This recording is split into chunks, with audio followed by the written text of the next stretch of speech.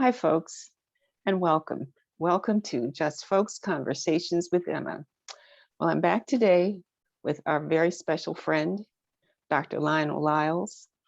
I'm introducing you to some folks and reacquainting others. As you know, Dr. Lyles is a walking encyclopedia, and we are just so happy that he could be with us. And today, dear friends, we've got a treat. I want you to get a good look.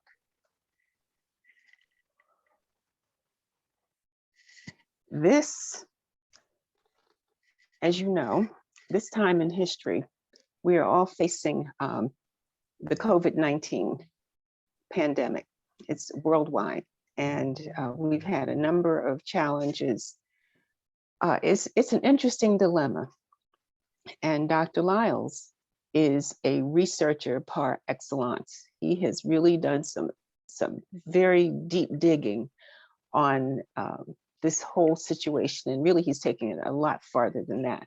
So rather than me talk about what he's going to talk about, I'm just going to stop right here and introduce you to Dr. Lyles. How are you today, sir? I'm doing fine. I'm glad to be able to spend some time with you at this time and the viewers. We do have some interesting things to talk about as it relates to the COVID-19 novel virus. And of course, I was very much moved during the early 2020, around February, and sitting on the sofa every day, listening to Governor Andrew Cuomo speak about what was going on in the epicenter at the time, New York City, New York, and I was paralyzed. I really didn't understand how that many of our people could be leaving the planet so quickly, like 1,000, it got up to 1,000 or more a day, not just a week, every single day. And I was sitting there day after day for about a week. All I could do was drink water and just do basic things, and just wondered what is going on. Once again, Marvin Gaye, what's going on?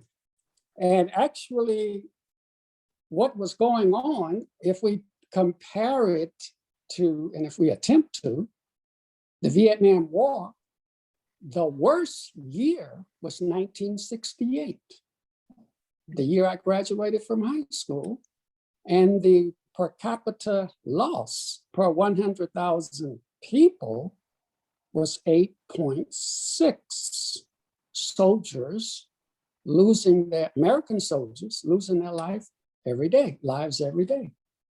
And then relatively to that, with COVID-19, in February 2020, March 2020, it was double, 17.6 per 100,000 people. And so I really was motivated to get up and try to put some skills that I have to work. And I started, it's kind of like, to give you a metaphor, and then I'm going to quiet down and see what you want to say to me back. But it's like the old parable, the needle in a haystack. So how do we find out COVID-19 being the needle? How do we find it? How do we understand it? And if we can find it, understand it, then we can be more empowered to know how to address it. And so I started researching, and the more I researched, the more I was driven and motivated to keep looking into the problem. And I came up with some very interesting observations, not my own personal observations, But like the hay in a haystack, the hay represents the footnotes, the references, the documentation that is necessary to look into in order to get closer to finding the virus, the novel virus.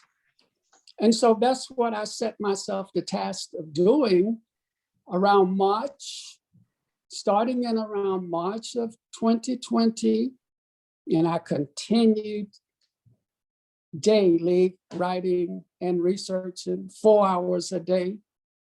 And my fingers started hurting, my back was hurting, but I kept on moving it and researching and writing. It took about 8 months to do it. And so that's what we're here now. When you show the book at the beginning, COVID-19 Pandemic in America, a blueprint for healthcare, profit, and needless death. Now, that's what I want your listeners to really lock into. If they take nothing away from this conversation, what has been discovered, and it's not going to be found in any other reference, and it's not going to be said the way in which I have said it, based on evidence and facts, that the more than 560,000 good American people, regardless of race or class, didn't have to die. They died needlessly. That's in the title. A blueprint for healthcare, profit, and needless, lock into that, needless deaths. Right, and as our program is being recorded, this is April of 2021. Today's 14th, so we're halfway through April, basically. And if we just take a moment to reflect on what the atmosphere was in 2020, those early months, there were all kinds of rumors and theories, and people were promoting all kinds of conspiracy theories because nobody really had access to the facts, but there was lots of fear. We didn't actually go into lockdown until March of 2020. And at that time, I recall people sending me links, various links showing individuals in other countries literally just falling down dead in the streets. And we were all so frightened because nobody knew how it was transmitted. We weren't sure what was being transmitted. And we were getting mixed messages from the national leadership. So those were very, very scary times. We have moved forward at this point. There are 3 versions of vaccines available to the American public. One of them has been put on hold temporarily. That's Johnson & Johnson. But the other 2 are going full steam ahead. So your book is very, very timely. And I really want to emphasize to anyone who reads it that it is chock full of documentation. So every claim, every statement that's being made here can actually be researched, because the research is here. This is a nice little thick volume.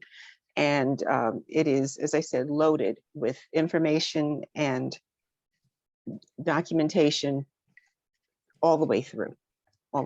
So Dr. Lyles, I'll get back to you.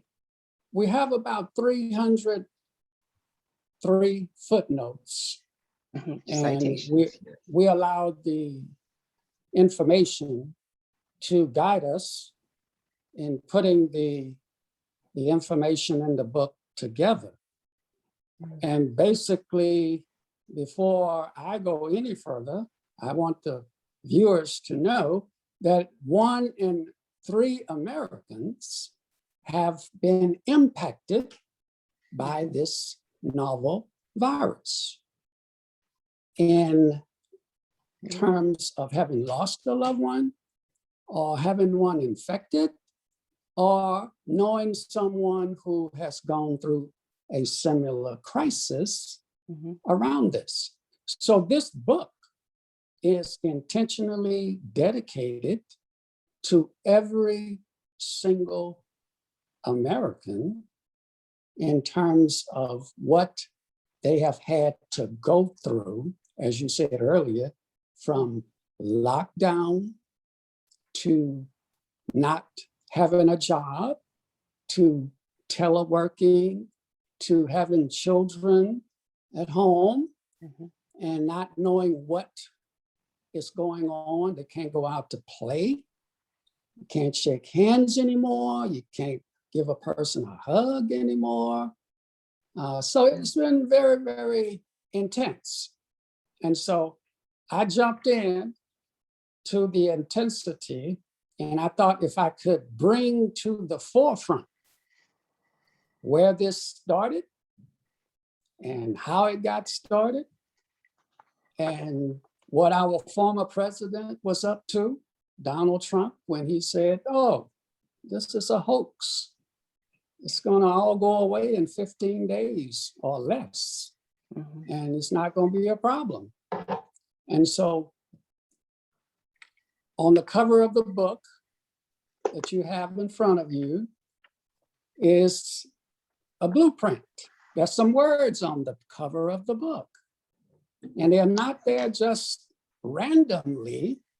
They're put there intentionally, and such as the ACE2, what does that mean? Anti-science, mask, supply chain, Kunming, China, unpaid labor, Black Lives Matter, hoax. So all of these words are a part of the spokes in the blueprint. And so what I want to do in the few minutes we're going to be talking is to begin to focus in on what do I mean by a blueprint? Whose blueprint? And for what purpose is this blueprint? And what has it meant to you and to me and to the world? Because this is a world pandemic. Yeah. That it is. And I also want to mention further that in terms of what you address just on the cover, it's so timely. I mean, you've even been able to bring in George Floyd, as you mentioned, Black Lives Matter, horseshoe bats, voter suppression, heat ray. I mean, all of these very timely issues that have come up in discussion from various parts of society are all being addressed within the context of this book. So it's Yes. a massive work. It's a Yes. It's a massive one, but it was written for the grassroots. And I particularly paid attention to that because I wanted every sentence to be clear and to not be something that one cannot continue to read. And even when it got a little bit sticky, I would even say to the reader, this is going to be something being said, but don't get nervous because we're going to explain it and we're going to then make it clear so that you'll be able to understand it. Okay, and I'd also like to further add, this is not a quick read, but it is really well organized, and the table of contents alone can give you enough guidance so that it's in acceptable chunks. You know, you won't be overwhelmed with the information. So I think you've really done a masterful job with this, Dr. Lyles. Well, thank you. I'm glad that you said that. I think it's going to make a big difference in a lot of people's lives. It's made a difference in my own. Mhm. because I know where I started. I was paralyzed, and now I'm empowered Yes. because now I understand a little bit more, a lot more about the situation. And to just show how everything was very, very early on set up, and that is social media, for the most part, across the board, simply said that the former president, Donald Trump, was doing a very poor job of managing the COVID-19 novel virus mitigation or remediation of it. And contrary to that, maybe it wasn't just that. Initially, I said, well, that might make sense. And then the social media went on to say, well, you know, the former president's leadership is in question about that virus. It's a mixture of incompetency and fantasy and conspiracy theories and divisiveness driven by systemic racism. And so all of that dominated the media, social media, for months. Mhm. But right underneath all of that, like the Washington Post Bob Woodward interview with Donald Trump toward the end of his last term, and he admitted, oh yeah, I knew about how deadly this thing was from the start. I knew it was deadly in February of 2020, but I didn't want to create a panic. So I'm saying, what panic is he talking about? And the panic that he was talking about is he didn't want to upset the stock market, because in a depression, normally, economically speaking, stocks would be down, investments would be low, and the situation would not be good, like 1929 depression. But contrary to 1929 depression, during February 2020, when the COVID-19 was at its, carrying out its most devastating impacts, Wall Street was booming. More money was being earned on Wall Street than ever in American history. And so that caused a light bulb to come on in my mind. And I said, whoa, now wait a minute. Candy is supposed to taste sweet.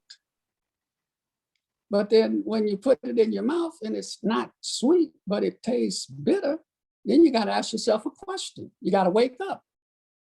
You say, now, what's wrong with this candy? What's wrong with this picture? And then right beneath what social media was telling us about former President Donald Trump handling this virus poorly, right beneath the subsurface,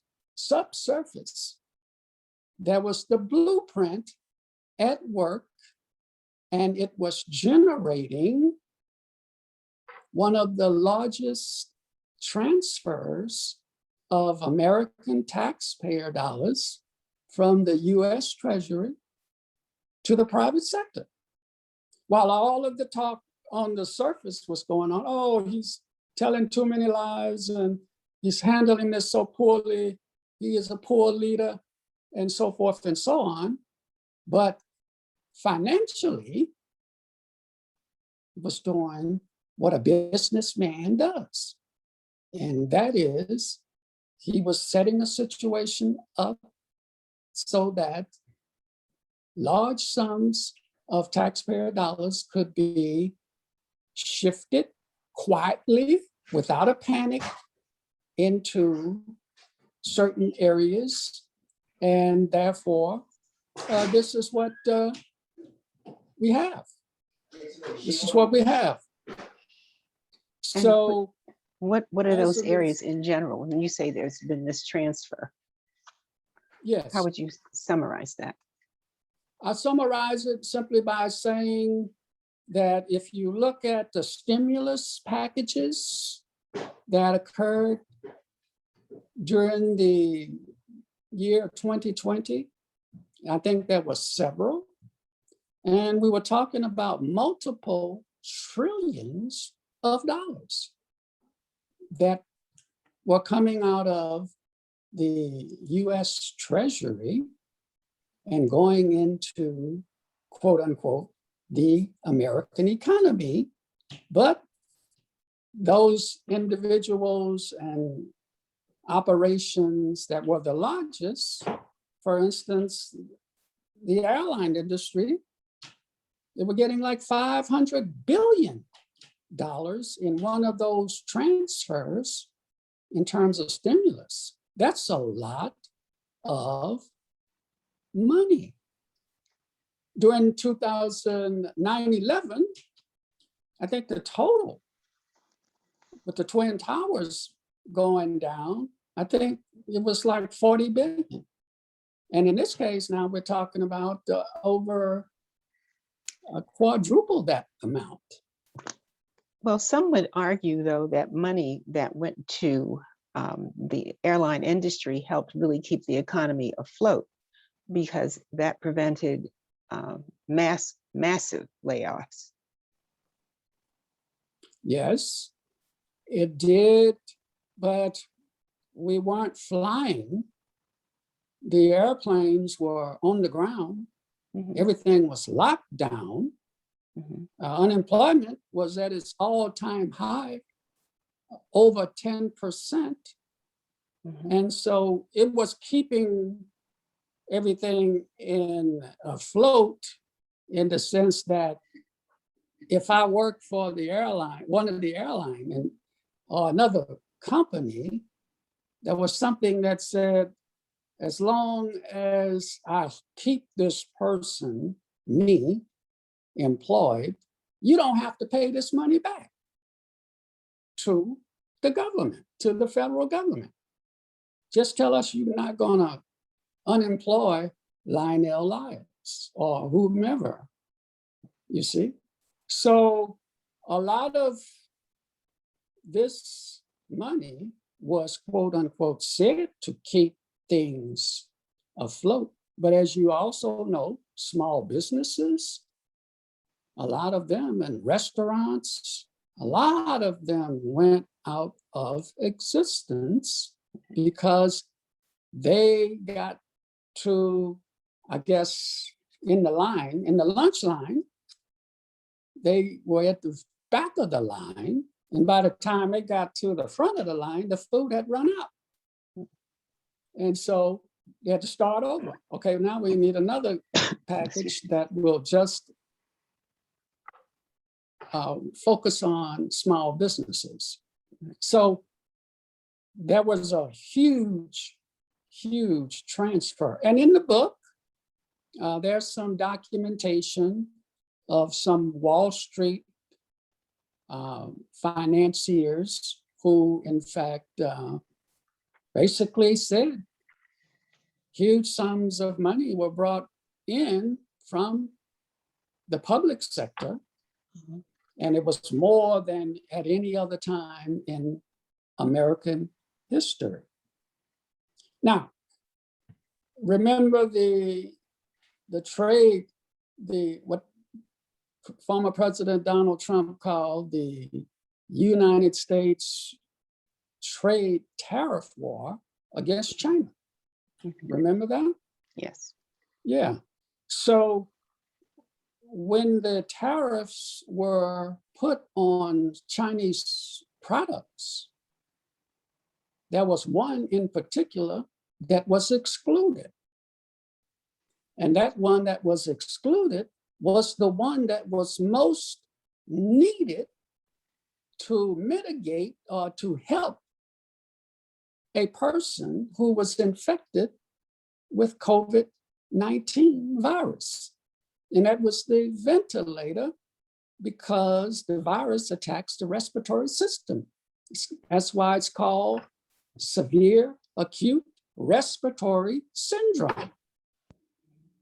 And so with that particular commodity, health product in the blueprint, excluded from the penalties of the tariff, that means a huge market demand would be created for that product and other healthcare products itself. I have a question. When the ventilators were excluded, had we entered into the era of COVID? I mean, had that transpired yet, or was, because this trade war, a number of items, actually he campaigned on what a bad deal we had from China. Right, And right. so when he, took over in the position of president, he immediately began to write those executive orders to place tariffs. And of course, we were all aghast because the percentages were so high. At that time, are you saying that ventilators were excluded? I mean, of all the items that he insisted that we raise the tariffs on, ventilators were not included before the outbreak? Yes. In other words, you have to set up the blueprint. And so when the trade tariff war, 2018, 2019, this is full outbreak of COVID-19. But then you set it in place where the ventilator is going to be excluded. So, okay, now that's done. And now we turn the year January 1st, 2020. And then the ventilator turns the year January 1st, 2020, and it's free of tariff penalties. And which means that as things now start to evolve according to the blueprint's plan, then the whole world, remember, in our country, the United States, you had the federal government competing against the governors for limited supplies of ventilators. Mm-hmm. Now, who had the ventilators? They were excluded from the trade tariff situation. And of course, the makers of the ventilators were joint ventures, US companies and Chinese companies working together in China. And they were taking these orders and they were working 24/7, trying to meet demand worldwide. And when the virus really broke in early 2020, then you could get, before that, a ventilator, according to Governor Cuomo, you could buy one for $20,000. But once the COVID-19 virus hit and really mushroomed, the cost went from $20,000 to $50,000. So it doubled. It doubled. But then to answer the question, it was excluded. The ventilators were excluded in 2019, going into 2020, which is what was known by those who decide and who decides who decides. In other words, who decides, who knows, who decides, and who decides who decide knew what was going to come down. So now they had positioned themselves on the economic chessboard. When the demand took off like a rocket headed into outer space, you said, well, now we are the sole source for the ventilator. Therefore, we are standing to reap huge, unheard of sales and profits. Yeah. And at the same time, we were losing lives every day as a byproduct of the blueprint, because we don't need ventilators if people are not getting sick, right? Right. Why would we need to have the ventilator if nobody is getting sick in huge numbers? So there was something about the virus that was different from any other virus known to humankind, known to scientists on this planet. There was something unique about the COVID-19. And therefore, if someone got infected and they had underlying conditions, then you gotta have a ventilator and you hope for the best.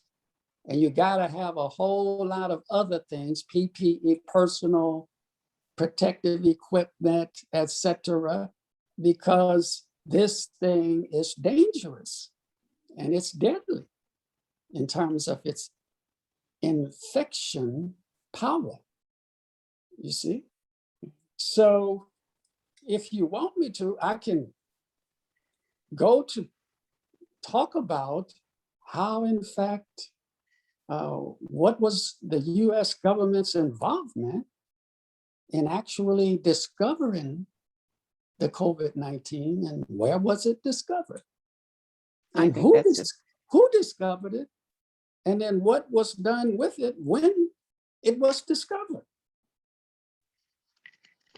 By all means, So please. you want me to Yes. tackle that? Or? I think we can certainly look into the history of it, the development of it, the discovery. Okay. See what that uncovers. Well, on the first couple of pages in the book, it talks about a grant award in the preface that was awarded to the Wuhan Institute of Virology. And Wuhan was the city in China where the press first identified the major outbreak. Right. First, most of us heard about the coronavirus. That's what they told us the outbreak occurred. Mm-hmm.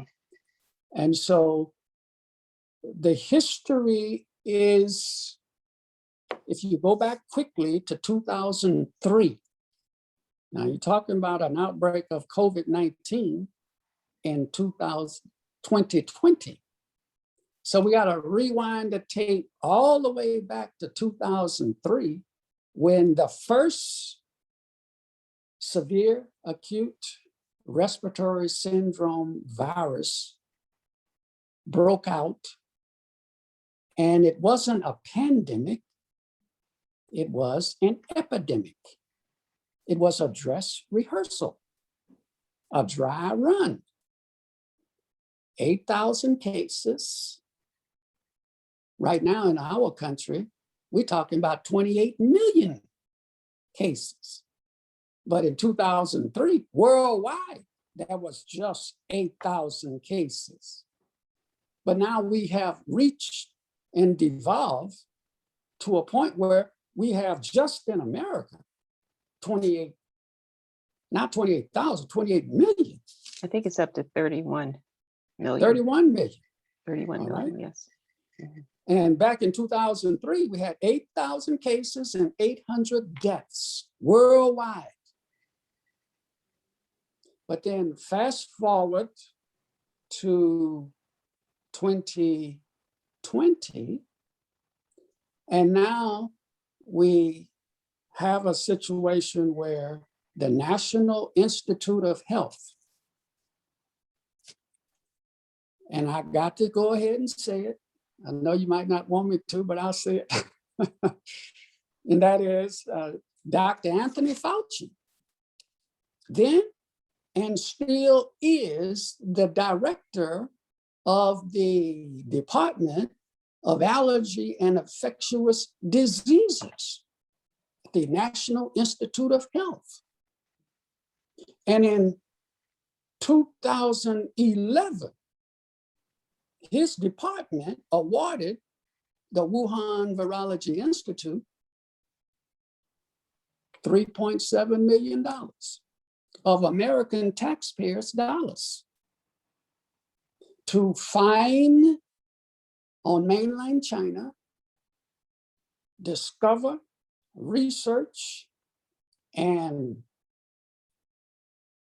put the virus and put a bill of fence around it, because we know it's a powerful thing and we don't want it to get away and get among the people and cause any more trouble. This is going back to the very first, the SARS that came out in 2003. That was the purpose of this Right. This grant. Yes, they knew. Okay. In other words, NIH knew that something was out there, but they didn't know exactly where, but they knew it was in Asia and they knew it was on mainland China. And because the first one in 2003 broke out just south of Hong Kong. And so that was kind of, all right, this is a place, a reference point, and we know something is over there. So now the question is, where is it? So this money was provided in the form of a grant, and the Wuhan Virology Institute put its people to search, and they went up 1,000 miles. They looked all over mainland. You know how big China is territorially. They looked all over, and they found one cave in Yunnan province within the city of Kunming, Kunming, China. And this was a cave in which for centuries, horseshoe bats make their home. And in the book, it's talked about what about the horseshoe bat, what the horseshoe bat likes to eat. Is it a dangerous bat? Does it attack humans? No. What does it eat? It likes to eat bugs and fruit. So it doesn't bother anybody. But then it has within its DNA the virus. And if it's left alone, it's not going to harm anyone. But then when the researchers went in and they found this cave, they started to research by taking fecal samples and blood samples seasonally from the horseshoe bats. And this was in 2011. This was during the second term of the Obama administration. And so they collected the samples. They bring the samples to their local lab in Kunming, China, and they studied the samples for 5 years. And right before they found what they found, former President Barack Obama went to NIH, the National Institute of Health, and made a speech. And he predicted that in 5 years, there could be an outbreak of an airborne virus that would be more deadly than the Ebola virus that ravaged from 2014 to 2016 West Africa, where 28,000 cases and 11,000 West African citizens died.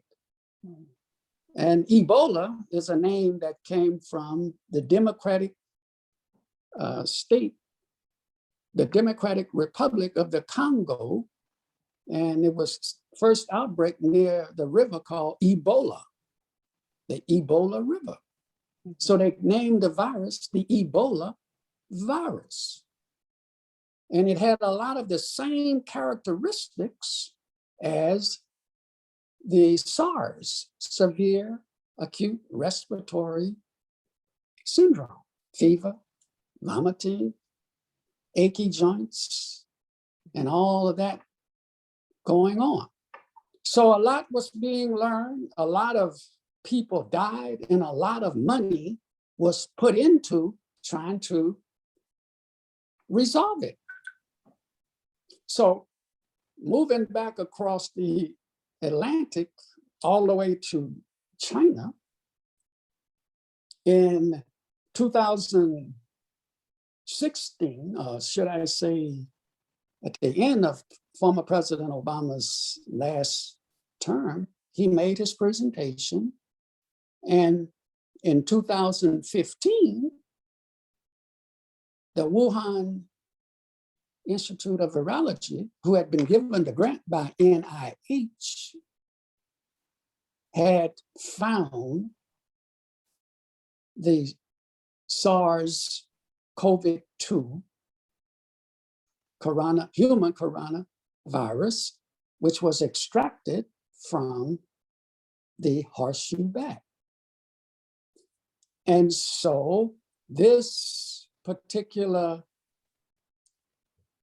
virus was now known only to two countries in the world. It was known to China, and it was known to the United States. And so now in 2015, this was the state of play. These were the two countries that knew about what was in this virus, what made it up. And it was thoroughly researched, and it's captured in the book COVID-19 Pandemic in America. And so what was discovered is 3 new RNA, and that's a big word. It's called ribonucleic acid. It's a M, the little small m, capital RNA. And that's called a messenger ribonucleic acid. And so all the messenger means is in our human genome, the DNA has to always remain stable. It's in this book. It's got to always, if you've taken biology in high school or middle school, the biology teacher probably said DNA can't roam the street of the cells. It has to stay put. You can't go to the dance, DNA. You got to stay home, because if there's a slight anything that happens to you, you can cause unknown trouble in the lineage of the person or living creature that you inhabit. So you got to keep these people healthy and looking pretty and strong, and they got to be a certain height and so forth and so on. So you got to stay stable. So messenger, what the DNA normally does, it duplicates itself through what is called transcription, and it creates a RNA strand. You've heard about the double helix? Yeah. So in other words, the DNA reproduces itself in the RNA. And then it says to the RNA, now you leave and go into the cell and make sure the cell is reproducing according to me, the DNA, so that there won't be any problems. There won't be any loss of life abnormally. And so that goes on well. But here comes the COVID-19 discovered in the cave in Kunming, China, which is 1,000 miles southwest of Wuhan, China. Why Wuhan, China? Wuhan, China is the crossroads of travel for the world. It's on the Yangtze River, one of the longest rivers in the world. And you got cruise ships coming and going up the Yangtze River. You got super high speed rail going all over China. You got airlines flying all over in and out of China. And so if Wuhan has so many people and the virus like a lot of people close together, that's why we say it's a super spreader. And Wuhan is a very major city. There are around 11 million people, I believe, Yes, who live there. 11 million people, very densely populated. Mhm. And so with the messenger RNA that was discovered from the horseshoe bat blood samples, 3 new messenger RNA strands were discovered that had never been discovered before by the scientists on the planet. And if And- they get, oh, I'm sorry. was this work done by the Chinese scientists who Yes, did they the work? researched it Okay. by the Wuhan Virology Institute, Mhm. but in collaboration. You see, if you got a grant, you're gonna do the work, but then you got to submit a report, a quarterly report. You got to talk to me on the phone and tell me what's going on. So I know what you're doing and you telling me what you're doing. And so the messenger RNA, the 3 strands, these were new.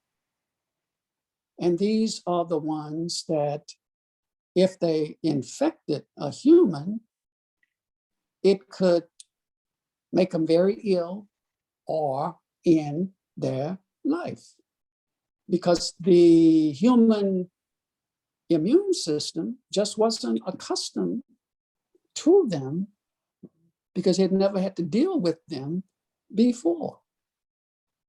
And so by the first term of the Trump administration, this knowledge was known. And the question then becomes, if we let it out and it starts spreading, there ain't no stopping. It's like fire in the dry grass. It's going to spread all over the world. And it's going to become 1,000 9/11s, because it's just going to be a wildfire and it's not going to stop. It's going to go from one country to another and it's going to spread and shut down the world. And that's what it did. So that basically indicates that the NIH, the American government, the Chinese government, and so forth, they had an idea. They knew what was coming down because they invested in finding out what was out there, and they found out. And they found out how dangerous it is. And they also knew if it was released in any way, shape, or form, it was going to be an explosion that would be hard to contain. And since it wouldn't be able to contain it, it's going to create a healthcare scare and a market demand unlike any other that you could imagine. Hospitals will be overrun. You got to set up beds in football stadiums because there just won't be the facilities to handle all of the cases. And that is really what happened. There were some states where the percentage of ill people, and some fatally, really outstripped their ability to provide support and services.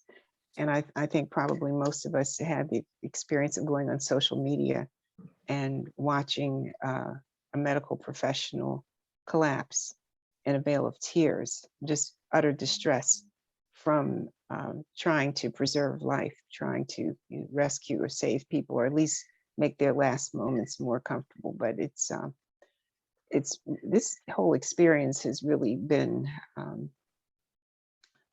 unlike anything I think any of us could have ever predicted, even with the knowledge that there was no immediate cure on the horizon when the outbreak first occurred. Now, as we look back really at this entire situation, and you look at the 560 some thousand people who've lost their lives just in this country, and for this to be a modern nation, to be leading in death really is hard to believe. But here we are. At the same time, because the society had to close down, and never completely, because there have always been pockets of people who claimed it was a hoax. Right. It's hard to look for a positive, but I guess you could say there have been some good outcomes, just in terms of people having the time imposed on them to really sit quietly for a while and just think, which in terms of your book, when we look at the incident that involved George Floyd, and how that experience, because it was recorded and shared, and so many people had time to reflect on that, sparked a worldwide response. Yes. Well, when the book was being put together at the publisher's level, at the Friesen Press level, I was in a conversation with the publishing consultant, and they asked me, well, why do you want to put in there an appendix that deals with Black Lives Matter? And it was a good question, but I had an answer because I had thought about it in advance. And as we know, the systemic racism that we've spoken about in previous podcasts has created a health divide, a disparity among the African American community and other communities of color. So when the virus starts to go through these communities, people were impacted disproportionately in, say, the African American community, the Latino community, and so on. So with George Floyd's situation, this caused an eruption of demonstrations around the world. And then it also focused our attention on these historical disparities as it relates to how healthy is this particular aspect of our society. Have they had access to certain prenatal care, postnatal care? Have they been able to get opportunities to consume nutritious foods over the generations? Have they had an education in such a way that they would be thinking thoughtfully about making better choices about their lives? So the virus basically said, well, here's a group that's not prepared. Their immune system is very weak. They've been under stress and hypertension for many, many generations. So they're going to be easy, low-hanging fruit, because once I infect them, they won't be able to fight back.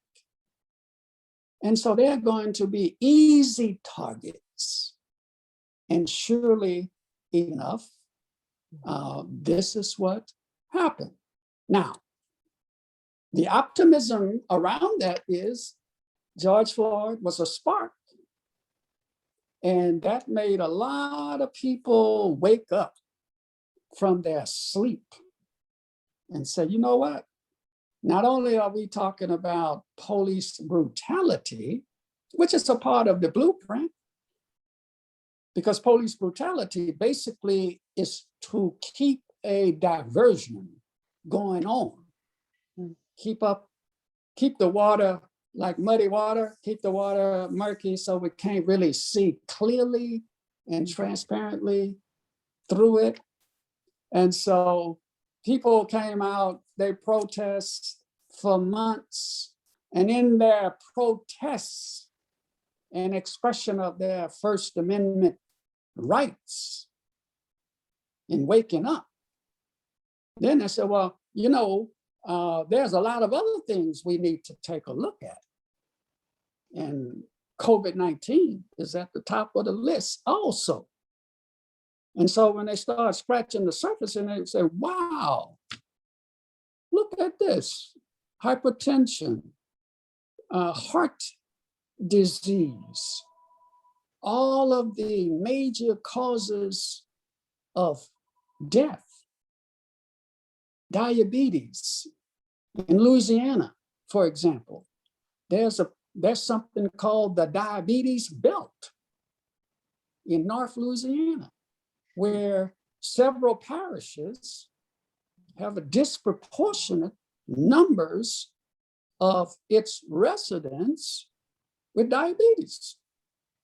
And so mix that up with COVID-19 infection, and there's an explosion and an exposure of pain that has been in this community and suffering for generations. So not only do we need to, they call it the pandemic, and the book goes on to talk about the race-demic, you know, in terms of resolving this kind of disparity so that the community, all communities, can be stronger and they can live healthier and longer, because in the face of COVID-19, this is, as I often say, this is not a walk in the park. You got to be ready, and you got to know what's going on. And unfortunately, a lot of the people who were heavily impacted, when it came through town, COVID came through town, it stayed around way too long than it needed to. In fact, it didn't even need to be there. That's why we called the book Needless. Needless deaths. So the challenge now is not only to come up with a solution to the virus, and that's why the only person that I heard call this virus a novel virus. Novel means first time, one of a kind, never known before in the history of humankind. And so we have to deal with that. And we also have to strengthen. We have to strengthen the structure. Social fabric is torn. It's got some big holes in it, and it needs to be overhauled. It's like an automobile. When it starts knocking the engine and it starts smoking, then you got to say, well, either I got to change a cylinder or I got to get a new motor.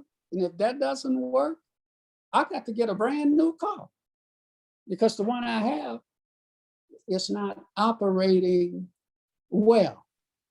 And a lot of our people are not operating well. And so you say, well, why they can't wake up? If a person is not feeling good and they're not in good health, they're worried about getting that pain off of them before they can wake up, because that preoccupies their mind on a daily basis. Now, I do offer a solution in the appendix in the book, and in the blueprint for Black Lives Matter, we talk about reparations. Well, that's a very emotional word that really draws very intense responses on all sides. Some people are very, very, very committed to saying under no circumstance, because they will tell you, well, I didn't enslave anybody, and it's not my fault, and all that stuff happened a long time ago. So what are we talking about in terms of reparations? Right, right. Well, we have a simple answer for them, and that is, I wasn't around town in 1840, but somebody in my lineage was, and guess what? I got some of their cells in my body as I speak. So that means they are still around. And that means I was around too. Because if we're dealing with the same genomes, DNA and RNA, so it's kind of a non-starter to say, well, I wasn't physically there. Well, that's a very narrow, looking through the straw kind of situation. But then on a more plain level, let's say the people who were around the African slave during the American Slavery Institution, and it's on the front of the book, Colorless Labor Power Matter. She would say Black Lives Matter. Well, if we take it one step deeper, then we say colorless labor power that's inside of the skin of a Black man and a Black woman matters even more to the American power economic structure. Okay. I'd like you to talk a little bit more about this concept of colorless labor. Yes. I don't want to lose that first point, but I'll go ahead and talk about that. And that is, when I say colorless, I mean, if I take a pen that I have in my hand right here, somebody made this, and there was a certain amount of times that was socially necessary to make this by working at a machine, moving my hands, moving my arm and my shoulder, shifting this around, shifting that around. So what I'm doing is I'm transferring colorless labor power, my labor power, into this pen. You say, well, I don't see it. I don't see your labor power in it. Well, you got to go to the marketplace to see it. So it changes forms. The colorless labor power is in my bones and in my muscles and my tissues and my brain and my cells and my DNA and my RNA. But then when I go to work before the machine or stand in front of the classroom, the teacher is expending her or his labor power, which is transforming the student sitting before her into a wiser human being. Now, with the pen, we go to the marketplace. There's something called exchange. I don't just want to keep 1,000 pens. I can only write with one. So if I bring this to the marketplace, there might be 999 other people who need a pen. And if the demand is there, then I can say, well, for how much of my colorless labor power that I put a value on, I say the pen is worth $1. And so I sell my colorless labor power and exchange it in the marketplace for $1 per pen. So that's the cycle of how that operates. I don't So know you're if saying that's... that the color and the race of the person is not really a factor. You're talking about the actual activity that produces this item. Actually, you're correct. Okay. The color of the person's skin doesn't matter, because a Black woman can be a pilot or an astronaut. A Black woman can be a deep sea diver. A Black woman can fly a F-16. A Black woman can be a high school teacher. A Black woman can be a dancer or a musician or a poet. So these are the things of our creative spirit that is God-given to us at birth, that flows through our DNA, so that when we start to walk and talk, then our spirit tells us, this is why you came to the planet. You came here to make harmony and peace and create love through your work. And when you do that, it's not going to be a color on it. You're going to have a color, but when you create that, that's something, like James Brown say, I got that something that makes me know what it's all about. And that's the creative power that's within all human beings. And if we respected it, look how much more grander and powerful we would all be, because we'd all have a pen, we'd all have medicine, we'd all have an opportunity to learn, and then we'd all have a chance to sit down and talk about the higher thoughts and the higher ideals of the universe. You see? So Yes. no, it's not the color of the skin.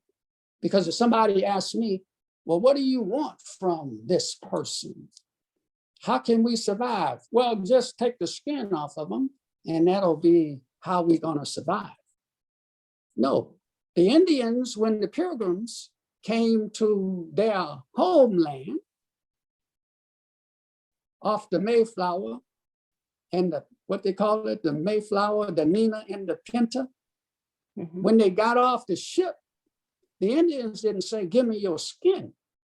The Indians say, come on over here. I'm going to teach you how to plant corn.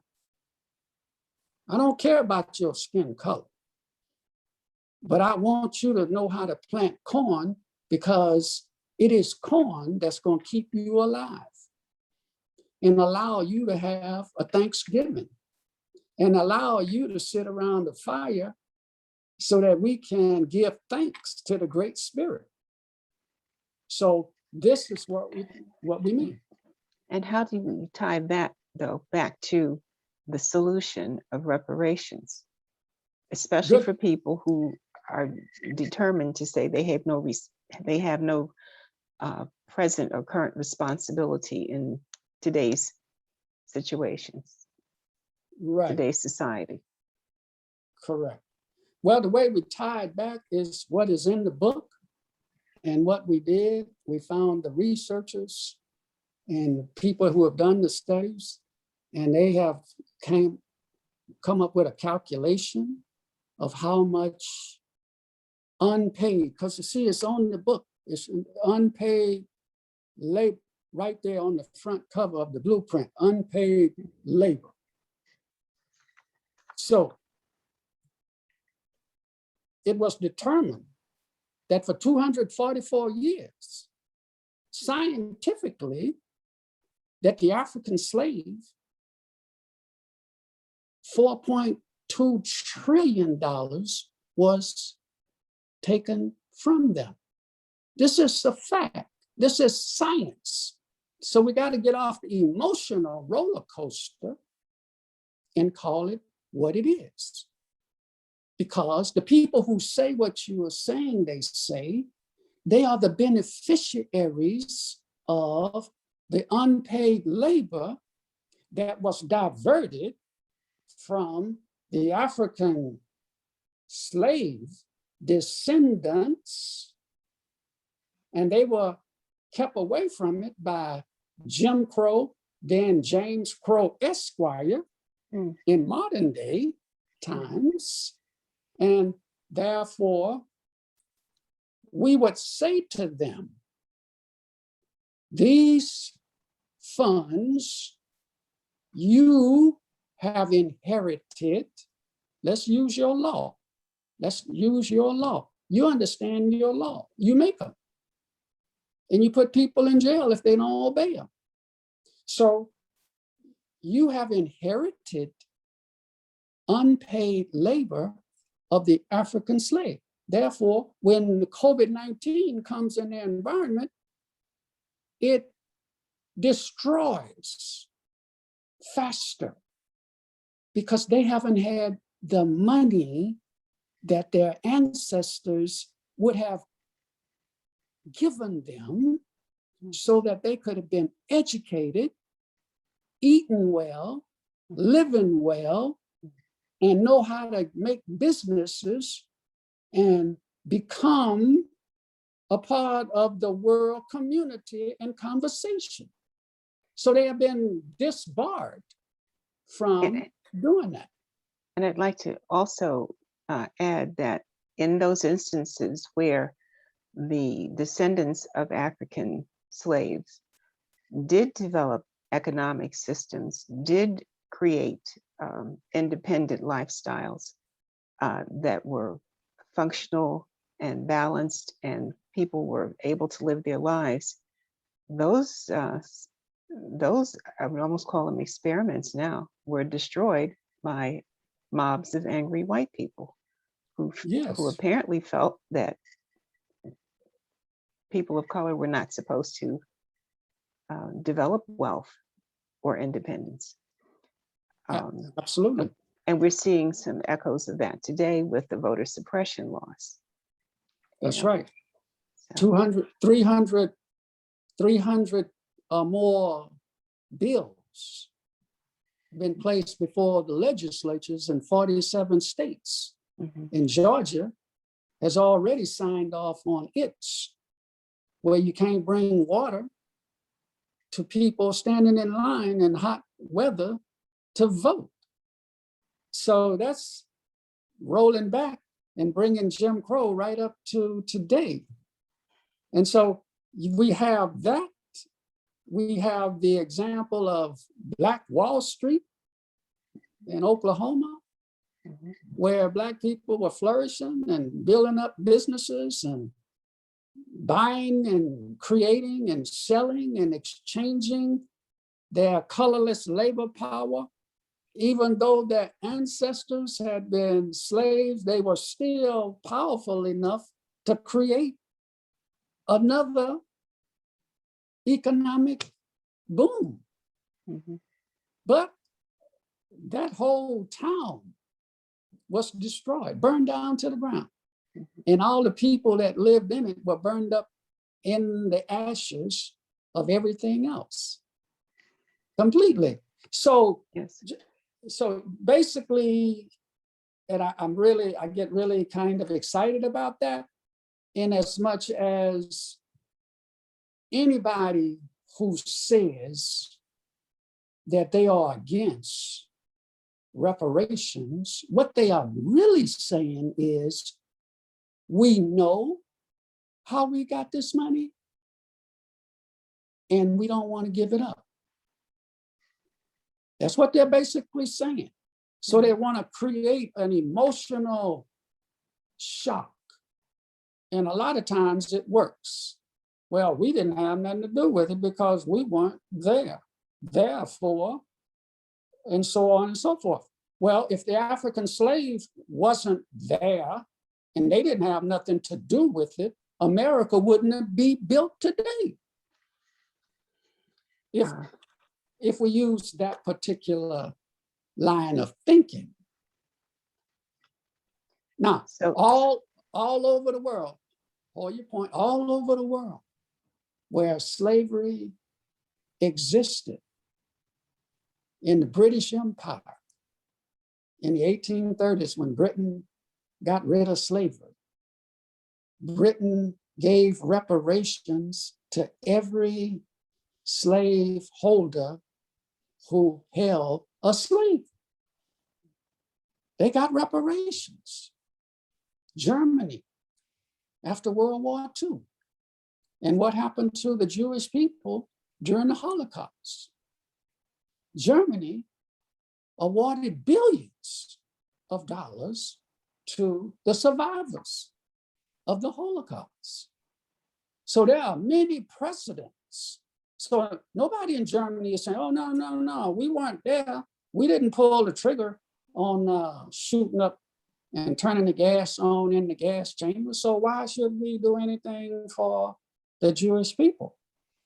You see, that's a low conscious thinking person who would think like that. Because to give, and that's what I said, to give, we don't have to say we got to earn this. No, our ancestors already worked for it. We just giving us what our ancestors was going to give us in the first place, that was taken from them by your ancestors. You see? So giving those reparations and then get out the way. We don't need you to do nothing else. You don't need to show me how to start a business. If I got the resources, we'll start it. We're smart. We're resilient. And we know how to create our reality. But you were going to say something a minute ago. Oh, goodness, so much is going on. This is such a rich, deep topic, and it's so multi-layered. I guess really what I want to do is actually go back to the title. Yeah. To kind of tie everything in, particularly when we talk about this being a blueprint. who exactly is this blueprint? Who's in charge of it, and how are you able to, that was kind of the question you asked initially, Yes, who's giving permission to give permission? right. Who knows? Whose blueprint is it really? Yeah. Who are Who those people? knows? Who decides? Who decides? Who decides? Mhm. Yes. Well, the blueprint belongs to the American elite, the billionaires. In 2020, 56 people became a billionaire in 12 months. How is that possible? In just 12 months, during the worst pandemic that ever hit the planet, we got 56 people in America who became a billionaire. Well, to me, doesn't that have the feel of a gigantic Ponzi scheme, where the one or two people at the top who get it started are the ones who collect all of the finances, the money, as if it flows up, and because those folks at the top don't actually reveal how they're doing it, other folks will give them permission to keep that system going in the hopes that they too can benefit. Well, it seems like it is that. And then again, it's not that. And in the book, there's a section that shows there are over, and that's just the tip of the spear, hundreds of American brand name companies that currently operate in domestic China. So all the talk about China this and China that, that's for the political smoke screen, because down on the ground, where the wheel hit the road, the blueprint is you gotta come to us, because we are the ones who are satisfying the demand created by the COVID-19 virus. And we set it in motion.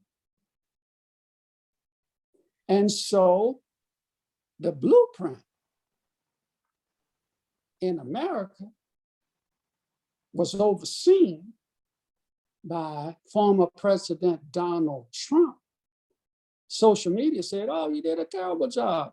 You're the worst president since Ulysses S. Grant. He's terrible. He's this. He's an incompetent guy. His whole situation, he tells about 5,000 lies a week.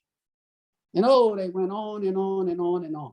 And that's where the conversation was. But underneath the blueprint, which is owned by the elite, these are the ones who are generating astronomical profits.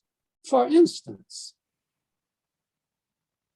FEMA paid in 2020, during the height of the pandemic in America, $750,000 for a round trip to pick up ventilators and transport them from China back to JFK International Airport. $750,000, and FEMA paid the bill. This is who the blueprint is for. It's not for the people in East Baltimore. All right, you go get it. You go get the ventilators. FEMA's going to give you $750,000 for one round trip. And we're going to send checks to East and West Baltimore in every household in the amount of $3,000 a month. That didn't happen. That's going into the hands of a very limited number of individuals. And they made about 56 trips, round trip. You know how At many? $750,000 per trip. Yes, 750,000. And the air bridge, it's in the blueprint. It's in the blueprint. The air bridge project. Remember Jared Kushner? Is that his name? Yes. He was put over the air bridge project. And so his thing was to deal with the supply chain. And the supply chain is to get all of these products out of China, where American companies are working in tandem with Chinese companies, producing them and flying back over here. They weren't being produced here because the Rust Belt is shut down. That's People why it's sitting rusty. Huh? And that's why it's the Rust Belt. Yes. Yeah, I mean, they shut down. They're not doing anything. It's all boarded up. And so that's why then you get people saying, well, now we got police brutality because we got to keep stirring the pot. So now we got another shooting, and that's going to take about a year to resolve that. And then another person gets shot. Okay, that's going to take another 2 years to resolve that. And so we keep us all confused and emotional and twisted out of shape. But at the bottom of it is the blueprint is owned by the wealthiest individuals in America and in industrial countries worldwide. The blueprint. That's what this is. And so the virus is simply, and I use the word simply because anybody whose family member has been impacted, it ain't simple. It's hurtfully, that's the force that is required to push the blueprint and make it like we breathe, respiration. Our chest go out and our chest come back, contract and expand. That's what makes the blueprint breathe, you know? And then the carbon monoxide that we let out on exhalation, when the blueprint contracts and expands and contracts, what it lets out is needless death. It lets out the worst things that you can imagine. Well, that's an extremely, oh my goodness, I can't think of a word, but if this is actually the case, to uncover this behavior, intentional behavior, to create that kind of pain and misery worldwide,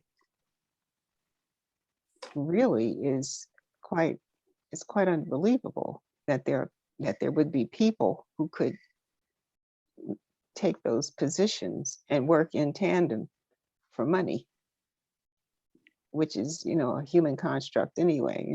Money is something we make up, but my goodness, I'm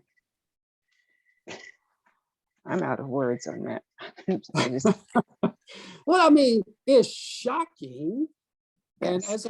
as I said before, while I was researching, I was like, wow, this is really a very interesting thing. How would somebody think about doing this? And how could they even put this kind of thing in motion? Well, even if that's the case, do you think perhaps no one anticipated how horrific this has turned out to be? I mean, literally, a pandemic, the world, I don't know if there are any parts of the world that really haven't been impacted. I mean, even and there are countries where, the death rate is very small, because they're very guarded and particular about um, their socialization with each other, and they're very mindful of how rapidly this disease can spread. Um, it just seems too much to imagine that it could be intentional, that it could be this bad. I mean, just millions of people have died worldwide. Yeah. Well, I mean, if we look in history, we can find other precedents that's not necessarily a pandemic, but if we look at World War I and what that was about, And and World War II. World War II, Mm. and how many people's lives were needlessly lost during that situation. The atomic bomb was horrific. I mean, it's unimaginable to think about. But nevertheless, the question that you asked is very good. How could someone even think about doing such a thing? Couldn't we just get on the ground and say, okay, we'll wait you out, or maybe we can do something. Let's just keep diplomatically trying to figure this thing out. However, if I want something that you have and I got to take it, then that's the way I'm gonna get it. So I have to take it.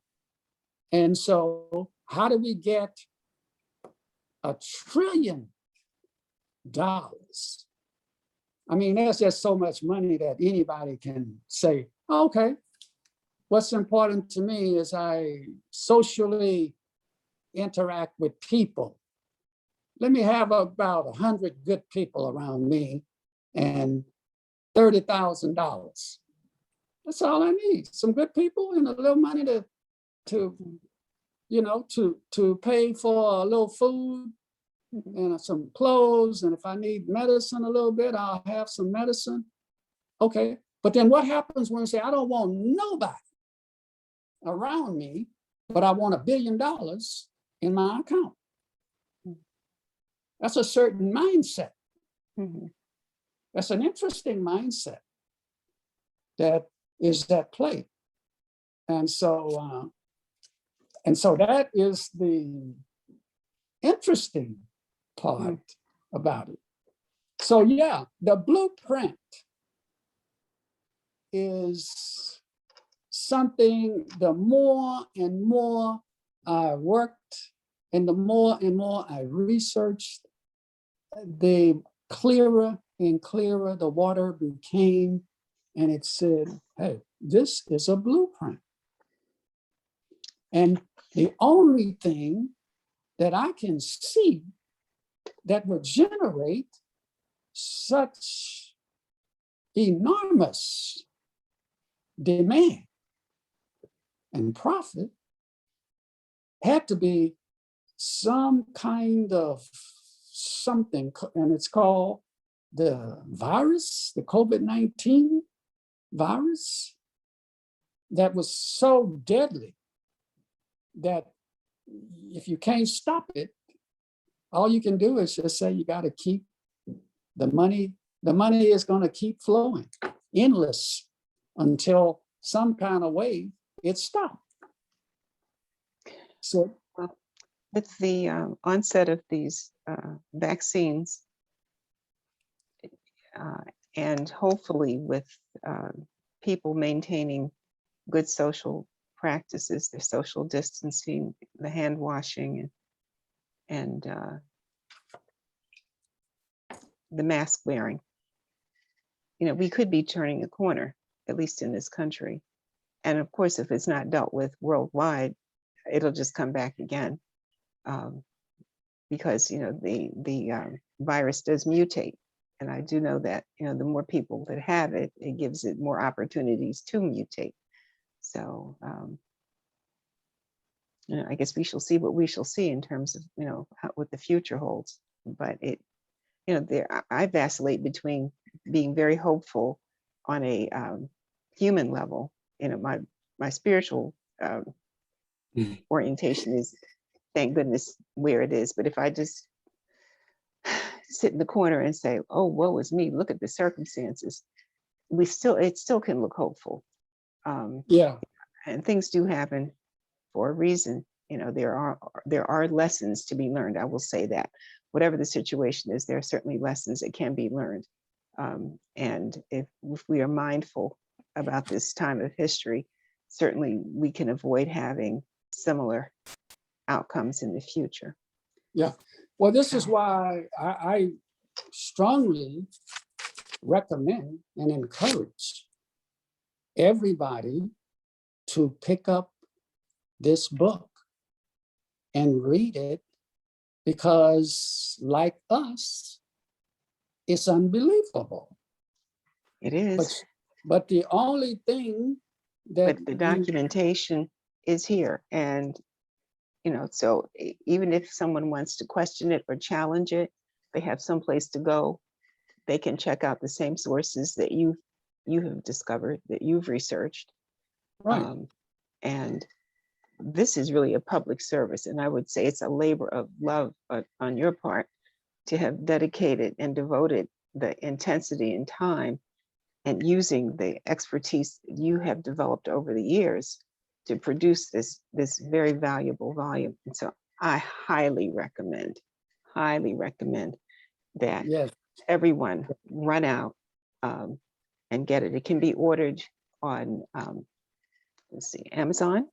you can go to Amazon.com, and if you have Prime, they'll bring it to your house tomorrow. Mhm. Or if you want to pay a few dollars less and wait for maybe 1 week for it to be delivered, then there is a website that one can go to.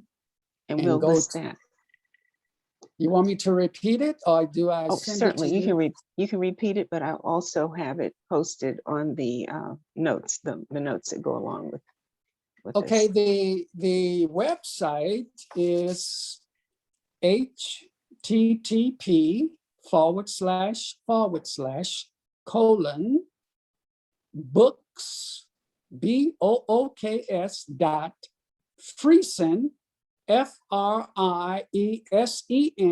press PRESS.com/SBRE/title TITLE1197334001668284009. That's the website. We will definitely post that. And go to that website, you click on the link, you will enter the Friesen Press bookstore, and you click on the menu bar, the 3 lines farthest to the right, that are 3 stacked lines. Scroll down to the search and click on the search tab, and then enter my name, my pen name. And my pen name is Marteaux, X, MARTEAUX, X. And you can get a copy for maybe it's less than you would get on Amazon. But if you want it tomorrow, Amazon will bring it to your house, prime, hardback, or soft cover, as quickly as one day. Yeah. Okay.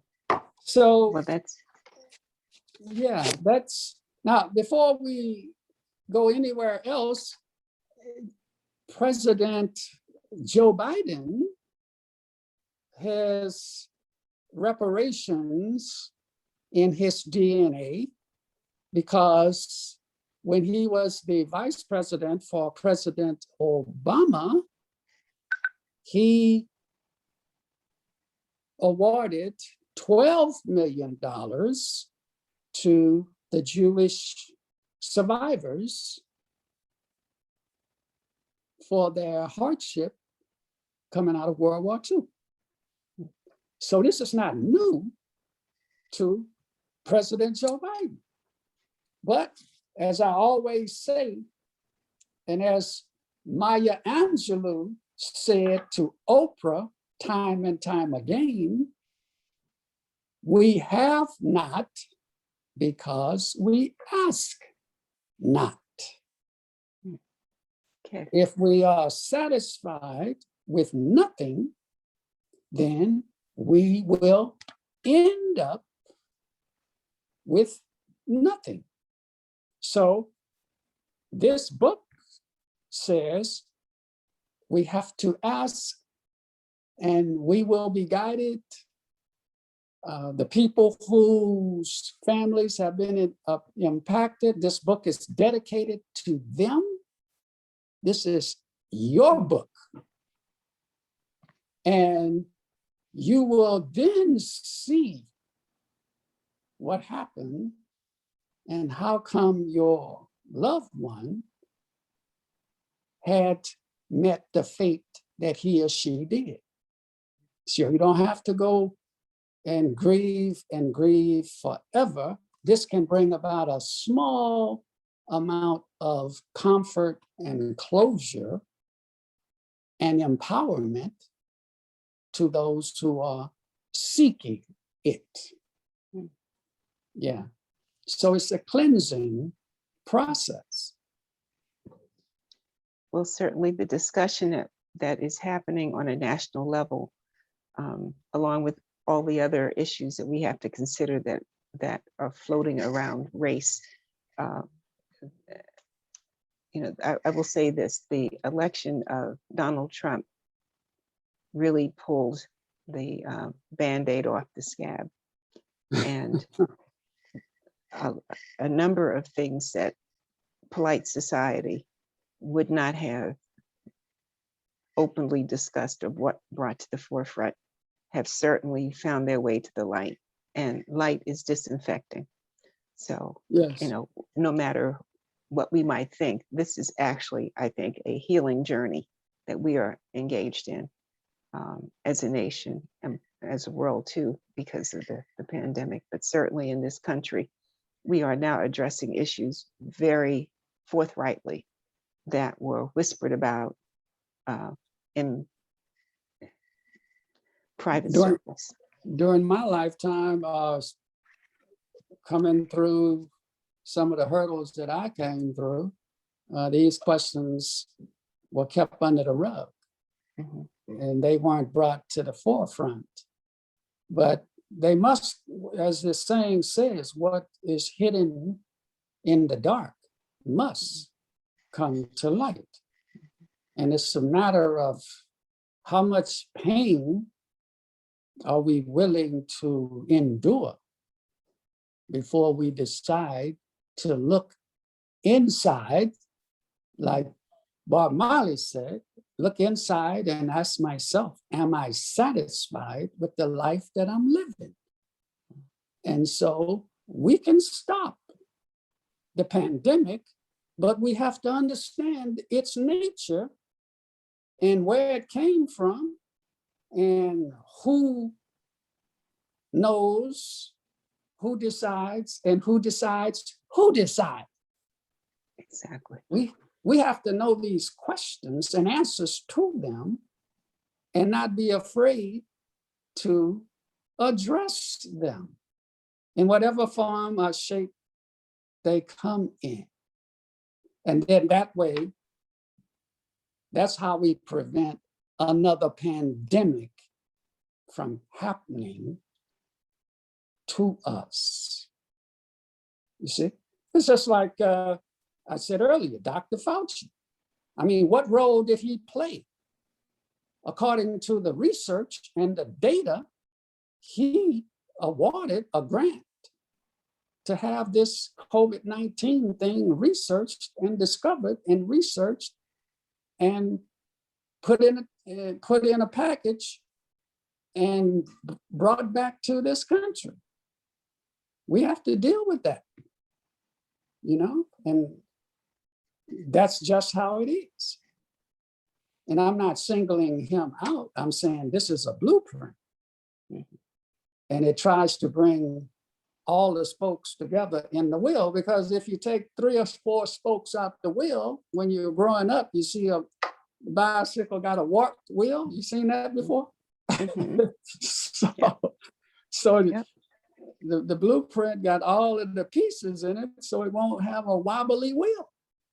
But right now we wobbling because there's certain information that we are unaware of, and we got to wake up. And that brings me back to this is a concluding statement. And I really believe that, this is part of this discussion is a major part of people waking up and having, a real awareness of where we are and what resources that we have access to. And the fact that you've been able to pull together all of this disparate information and put it in one place. Folks, you need to run to get this. Yeah. So we will definitely have the link in the video, as well as on the podcast and on Facebook as well. Yes. So I think, Dr. Lyles, we need to take a break on this one. We've done a real deep dive today. Yeah. And we can come back and revisit the there's situation. plenty. Yeah. This one is meaty. We've got a second and third and fourth course out Right. of here easily. So yes, we'll be back. Absolutely. Yes. Okay. Well, thank you for taking the step to bring that to the people. I think they're going to love you for doing that more. And because information is enlightening and it's spiritually empowering and spiritually awakening. Mm-hmm. And so I don't think anybody wants to stay asleep if they don't have to stay asleep. No. And so we're saying, here's a chance for you to wake up. And stand up. Yes. for your rights. Absolutely. Okay. Well, thank you again, Dr. Lyles. Yes, thank you. And until we speak again, have a good rest of the time. Thank you. I'll see you soon. Sure. Okay. Bye-bye.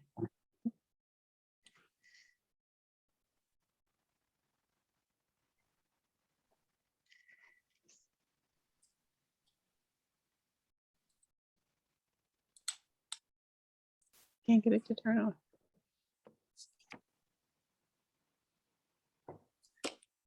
It's not turning off?